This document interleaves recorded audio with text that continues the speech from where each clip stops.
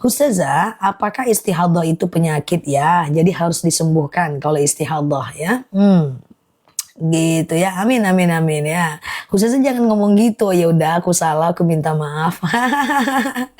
Oke. Ustazah, bolehkah Ustazah, arisan uang tidak ada masalah. Dia masuk dalam bab hutang piutang ya. Dia masuk dalam bab hutang piutang, yang penting tetap diganti ya.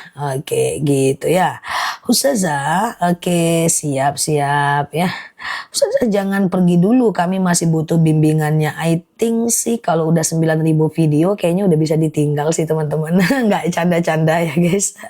Semoga panjang usia ya. Tapi kayaknya kalau di YouTube udah 5.000 video, di TikTok udah 9.000 video, kayaknya udah bisa ditinggal nih. Oke, maaf ya, bercanda saja ya. Ustazah, oke gitu ya. Maksudnya ditinggal pergi liburan kayak gitu. Ditinggal pergi liburan gitu guys ya. Canda ya. Ustazah, oke. Oke, ya Anda insya Allah sehat-sehat ya. Iya jangan ngomong gitu ya, maafin aku ya. Itu kan tadi cuma cerita tentang apa? Apalah tadi itu pertanyaan teman-teman ya. Oke, Ustazah, kalau pasang kawat gigi itu nggak boleh. Itu berarti merubah takdir mubram ya. Kecuali alasannya adalah kesehatan ya. Kecuali alasannya kesehatan. Kalau Mbak nggak di kawat giginya nanti akan ada peradangan, operasi mulut dan seterusnya ya. Ustazah, apa boleh puasa Daud agar sehat atau dilarang jika berpuasa berharap sesuatu? Jadi gini, niat puasa kita itu adalah karena Allah. Perkara nanti karena puasa kita sehat, perkara nanti dengan berpuasa kita jadi glowing, perkara dengan berpuasa tubuh kita jadi ringan, itu adalah bagian daripada efek samping saja. Yang penting niatnya tetap untuk Allah ya. Oke, gitu ya. Oke, Ustazah, oke, wanita haid kan nggak boleh baca Al-Quran walaupun menghafal, boleh. Sekedar mengulang hafalan itu boleh ya. Sekedar mengulang hafalan itu boleh ya. Oke, gitu ya. Ustazah, oke, rambut disemir coklat boleh nggak ya? Oke, nggak boleh. Rambut nggak boleh disemir. Yang boleh itu adalah kalau teman-teman beli henna yang ada di Mekah, dia masuk ke dalam batang rambut ya. Oke, gitu ya. Ustazah, oke, sebentar ya.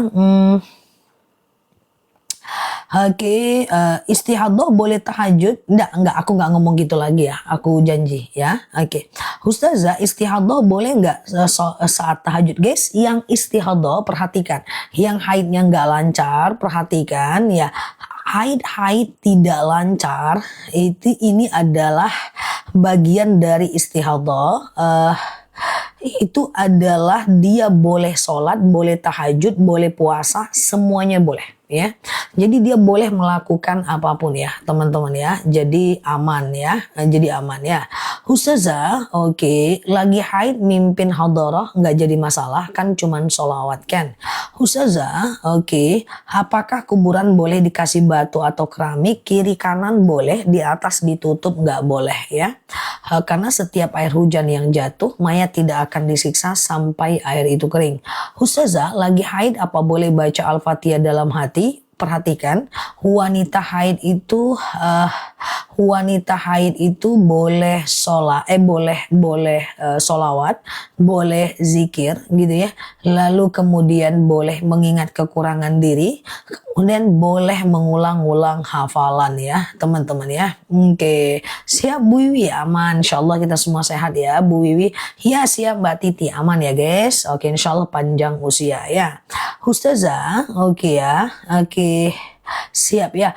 Ustazah, oke, tips sholat khusyuk, mau nggak mau, suka nggak suka, pelajari arti dan bacaan sholat. Mau nggak mau, suka nggak suka, pelajari arti bacaan sholat. Kan dikit aja. Cuman Al-Fatihah, ruku, i'tidal, sujud, duduk antara dua sujud, dan tahiyat akhir. Nah ketika kita 6 ini, satu Al-Fatihah 1 bulan nggak apa-apa, totalnya 6 bulan. Tapi kalau kita ngerti arti bacaan sholat, maka insya Allah kita akan khusyuk dalam sholat. Minimal ngertilah, walaupun kita nggak hafal. Aku yakin kok teman-teman mampu.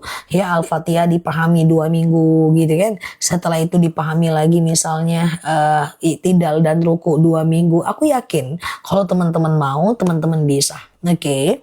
Ustazah, oke, aman ya. Oke, wanita haid tetap bisa ngaji Al-Quran, tidak boleh menyentuh, sekedar melihat kalau dia full Arab.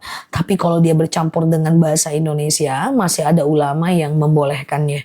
Kalau pasang gigi palsu boleh dengan alasan kesehatan, tidak masalah ya. Itu namanya hifzun nafs, menjaga diri. Oke, kalau sholat menguap, gimana? Sholat itu lebih baik nguapnya itu ditahan, karena kalau nguapnya itu dibuang, kalau teman-teman sholat lalu nguapnya teman-teman buang, sholatnya sah, tapi melakukan aktivitas menguap itu makruh.